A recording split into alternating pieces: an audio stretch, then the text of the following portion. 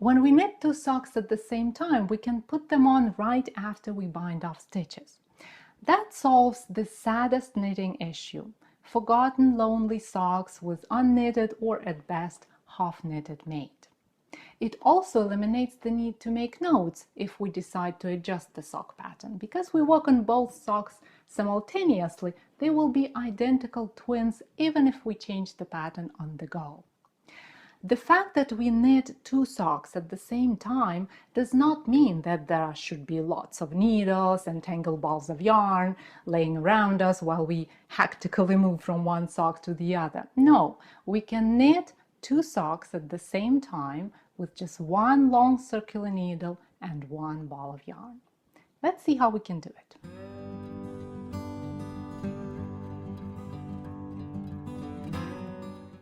To make things easier to see and understand, I'll use chunky yarn and 10mm knitting needles. But of course, in real life, we'll use much thinner yarn and thinner needles when we knit a pair of socks.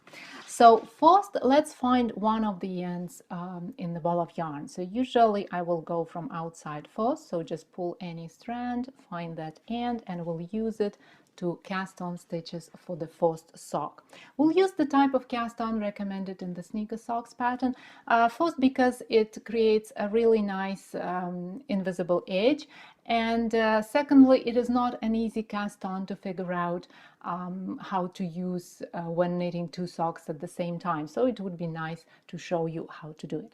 So make a slip knot and then place that knot on the one of the tips of the circular needle, like this. And then make loops so that like this, basically make a loop and place it on the needle, but make sure you do it in such a way that the working yarn is at the back of the loop. So it's not going forward, it's going to the back. And we'll cast on 4 stitches that way. So it is, and the slip knot does not count. So this is stitch number 1. Now make 2, 3, and 4.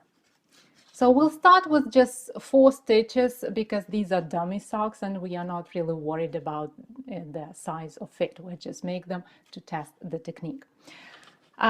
Put this needle aside for a moment and then take your ball of yarn again and find the other end from the same ball of yarn. So if you started with the end that comes from the outside of the ball, then go inside the ball and find the end that comes from inside the ball. Just like this. And now we do the same thing. We make a slip knot and then place it on the same needle. So we pick up this needle again, and I'm gonna pull the yarns a bit to the side so you can clearly see what's happening on the needle.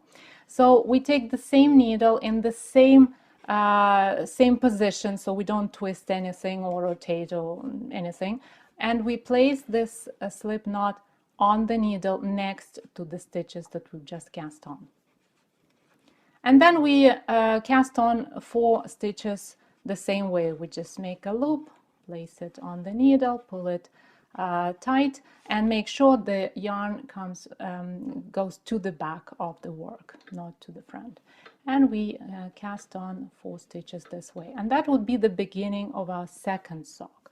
So now we have 2 sets of stitches on the same needle, and now we have 2 working yarns, 2 strands of yarn that we're going to use to make those socks. We'll use this strand all the time to make only this part of the stitches, so to work only on this sock, and then we'll change strands and we'll use this one to work on the second sock. But before we get there, we have to finish casting on stitches. So now that we have the first set of stitches on the needles, rotate them so that the cast on edge is looking up like this. So simply rotate them around the needle and then hold the stitches and pull the needle to the right, bringing both sets of stitches to the center of the cable of the needle like this. Well, it could be a center or not, doesn't matter. As long as stitches are on the cable of the needle, it's all good. So now we're gonna pick the first set of stitches. So we temporarily kind of forget about the second set of stitches. We only work with these little guys, and we pick the yarn that belongs to this set. So we pick the yarn that is at the right side of the work, and now we insert the tip of this needle from front to back under the strand that is between the first two stitches on the cable of the needle. Then we pick the yarn and pull it through like this. And then we go on and on, picking up 4 stitches from the strands that are between every 2 stitches that we have in this group of stitches that we have on the needle. I'm not going to go into great details with this cast on because there is a separate tutorial at 10rowsaday.com/seamless-cast on. So if you don't know if this cast on is new to you, then just go and read it and it will become clearer. So now we leave the yarn, and then we leave this group of stitches on the needle, and we get to working on the second group of stitches. So we pick the yarn that belongs to the second group of stitches, to this sock, and then we do the same thing. Go under the strand between the stitches, pick the yarn, pull it through, and we do it until we get 4 stitches. Okay, now we have all stitches that we need on the needles, and we need just to get ready to work the first round. So rotate the work like this, so that the needle with the stitches, with the picked up stitches, is at the bottom, and then pull that needle out, and at the same time pull the other needle in, so to say, so that the stitches are sitting on that needle. The top sets of stitches are sitting on the needle, and the bottom sets of stitches are sitting on the cable. So now we are all set to make the first round, and here's how we do it. First, we need to get rid of the slip knot. So we simply push it off the needle and unravel it, but make sure you hold the working yarn, because this working yarn, it creates this stitch, the first stitch at the bottom. This is the vulnerable stitch, and we need to make sure that it stays safe and does not unravel. So we undo the slip knot, and if the yarn is slippery, or if you just want to make to be extra sure that this stitch is safe, you can twist the yarn and the tail like this, or you can just not twist it. It's totally up to you. Either way, you will get a nice cast on, but it's just a matter of keeping this stitch safe. So the first group of stitches is twisted, so we're gonna insert the tip of the right needle from the back like this, untwist the stitch, slip it, and then place it back and knit it through the back loop. So that's what we do to untwist these stitches. And we do the same thing with every stitch in this group. And see, we are using the yarn, obviously, that belongs to this sock. So we are not using the other strand. So be very careful about this, because then you will have, if you accidentally use the wrong strand, then you will have to undo the work, because there is no way we can fix it without undoing the work. So that's something you need to keep in mind. Now we leave this first sock be for now, and then we deal with the second group of stitches, the second sock. So same way, we slip the slip knot off the needle, unravel it, while making sure that we hold the working yarn and that stitch at the bottom is safe. And then we work the first group of stitches, untwisting and knitting them. Here we go. Now we need to rearrange the work so that we could work on the second part of each sock. So we're going to use magic loop technique. Again, there is a tutorial at 10rowsaday.com/magic-loop. And in a nutshell, here's how we do it. We turn the work, then pull the cord to bring the second set of stitches on the needle, and then we pull the needle at the bottom to bring the first sets of stitches on the cord. So simply rearrange the work like this, and now we are all set to work on the second sets of stitches. And see, we still have those socks separately, and that's how it should be up until we finish them, because we don't want them joined, right? Otherwise we won't be able to wear them. So now we pick the yarn that belongs to this sock, the yarn that is at the right side of the work, and we simply knit the second group of stitches. So there is no untwisting here, we simply knit them as usual, one by one, just like this. So we finished the first sock. Now we leave that be and then move on to working on the second sock.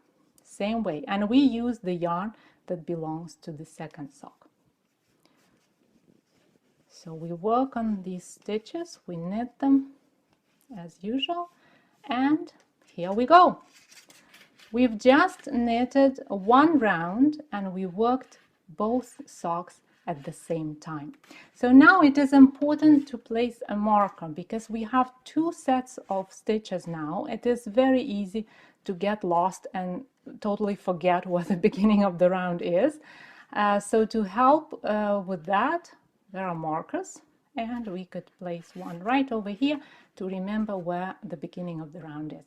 And that's pretty much it. That's the whole technique. And we're gonna repeat the same basically steps, the same procedure, not the same steps probably, because we're gonna do different things. We're gonna shape the toe part of the sock first and then work on the body of the sock, and we can use different stitch patterns, different ways to increase stitches for toe part of the sock. So all of that could be different, but what is the same is the procedure, how we do it, how we work two socks at the same time. And the procedure is always the same. So first we rearrange stitches for working in the round. So we turn the work and then pull the cord to move one group of stitches on the needle, and we pull the needle to move the other group of stitches off the needle, so to move it to the cord. And now we can work with the first sets of stitches, because there are two socks here, right? So we pick the yarn that belongs to the first sock, the yarn that is at the right side of the work, and then we work the stitches of the first group. Once we do that, we drop this yarn and then we pick the second strand, the strand that belongs to the other sock, and then we use that strand to knit or work, you know, in any other way, because it could be some other stitch pattern that that you're using. It doesn't matter, but the procedure, like I said, is the same. So we work these stitches of the second sock, making sure the socks are separate. While you are getting used to this technique, once in a while stop and make sure that the socks are separate so that they're not joined accidentally. And then we drop this yarn, then we turn the work, pull the cord to bring the second sets of stitches on the needle, and pull the needle to bring the first sets of stitches off the needle and onto the cord. And then we pick the yarn that is, I'm gonna get some more yarn, and then we pick the yarn that it belongs to this sock, and we work the stitches of this part of the sock. Then we drop the yarn, and then we pick the yarn that belongs to the second sock and work these stitches. So it's always the same. When we work the toe part of the sock and when we work the body of the sock, it's always the same. We repeat these same steps and we work these stitches, you know, group by group, then rearrange the work, then work the second part of each sock, and go on and on and on until it is time to shape the heel. And when it is time to shape the heel, we can't do it at the same time. We can do it only one by one. And I'm going to show you how it works. So I made these sample kind of socks to show you how to make the heel. As you see, I cast on the same number of stitches as we just did, and then I did a few increases to make it look kind of a sock, right? And then I worked a few rounds as if it is the body of the sock. Of course it is small, but you know, we don't care about sizing right now. We just think about learning the new technique. So let's say it is time to work the heel. So how do we do that? First of all, we work to the stitches that are supposed to be used to make the heel, because the heel is usually worked on just 1/2 of stitches of each sock. So let's say that we're gonna work the heel right here, right? And how do we do that? So I'm gonna use a simple short row shaping of the heel, but again, the heel construction could be very different. It doesn't really matter. It just, when it's time to make the heel, we're gonna do the heel part of each sock separately. So let's say short row shaping. So I work to the last stitch of this group of stitches, then I make wrap and turn, and I love shadow wrap, so that's what I'm gonna do. And now I'm not moving to the second sock, not yet. This sock is gonna sit there just waiting for its turn. Instead, I make wrap and turn, and then I turn, well, I make wrap, right, and then I turn the work and continue to make the heel on this sock. So I'm gonna again work to the last stitch and then make a wrap, and then I'm gonna turn the work again, and then I'm gonna continue going back and forth working on the shaping. And the last row of the heel shaping is usually working to the end of this group of stitches, and that's the time when we can move on to the next sock. So let's say I'm working my last row of heel shaping, and I'm working my last wrap and turn, and my heel over here as if done, right? It's not yet, obviously, but I just don't want to take so much of your time. And we'll just pretend that I finished the heel over here and I worked to the end of these stitches, and only now can I move to the next sock.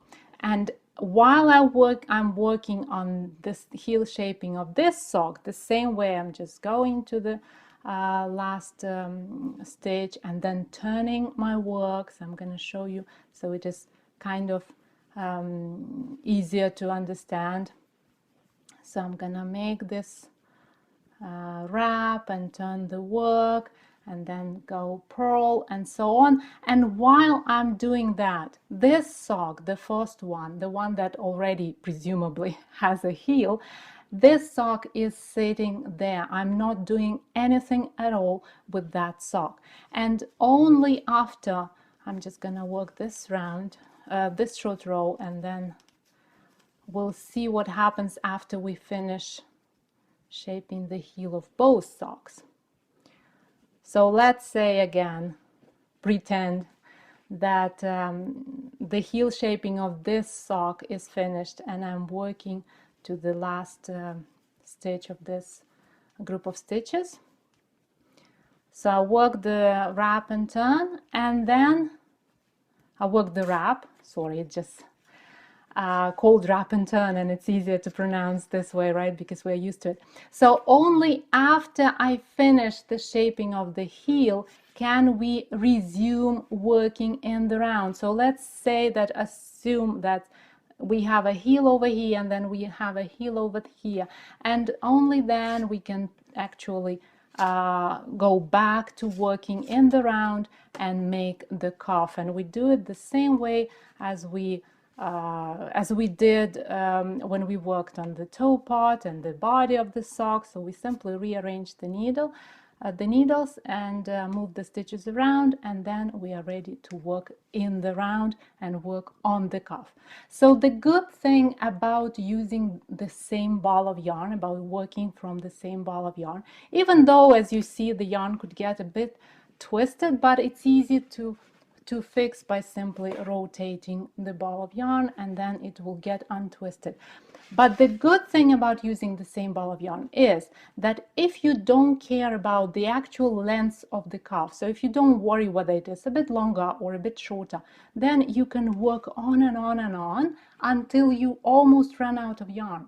So your ball of yarn, you will use up all the yarn, and there will be no odds and ends or something that will be sitting in your stash forever. So you can simply stop whenever you have just enough yarn to bind off stitches. So you bind off stitches, cut the yarn, weave in tails, and that's it. You have a pair of nice socks that are identical because we work them simultaneously, and you have no yarn left. You can easily adjust this technique to make 2 top-down socks or even 2 mittens at the same time. And then there will be no lonely socks and mittens sitting in your stash.